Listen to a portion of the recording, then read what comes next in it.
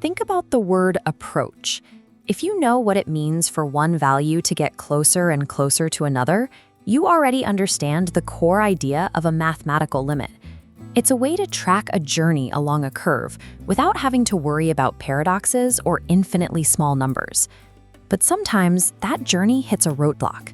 If a function is undefined at a specific point, the graph will have a distinct hole. The function suddenly breaks and has no output there. When we take the limit as we approach that break, we aren't asking for the function's actual value at that exact spot, because it doesn't exist. We're asking what height the function is aiming for right as it arrives at the edge of that hole. We measure this approach using concrete, finitely small nudges along the input. We don't need magic infinitesimal sizes, just ordinary numbers getting progressively closer to our destination point. By tracking these progressively smaller nudges, limits give us a rigorous way to pinpoint exactly where a function intends to go, even when stepping onto that final destination is mathematically forbidden. This equation, sine of pi times x divided by x squared minus 1, models dampened oscillation. Let's see what happens when we look closely at the specific input value of x equals 1. If we try to evaluate the top part of our fraction by plugging in 1, the sine of pi comes out to exactly 0. Moving to the bottom, 1 squared minus 1 also evaluates to 0. We are left with 0 divided by 0. This specific result is called an indeterminate form. Standard arithmetic collapses here. We cannot divide by 0, so the fraction alone gives us absolutely no definitive height for our graph.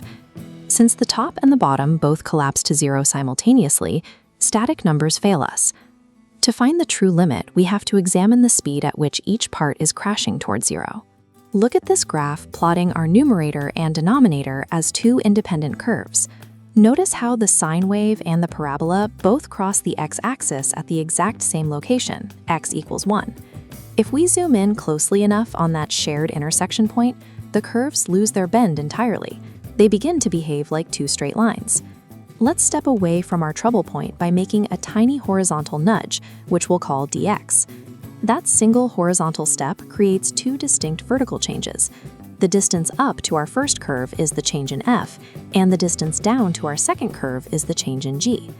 Because we are zooming in right at the intersection where both functions start at 0, the ratio between the actual heights of our two functions is mathematically identical to the ratio of their vertical changes. Well, this geometric relationship leads us to a trick called L'Hopital's rule. Take a moment to pause and calculate the separate derivatives for these top and bottom expressions using the chain rule and the power rule. L'Hopital's rule formalizes this geometric observation. When the absolute values of both functions vanish at a specific point, their relative rates of change define the value of the ratio. Let's walk through it. Applying the chain rule to the top expression, the derivative of sine of pi times x becomes pi times the cosine of pi times x.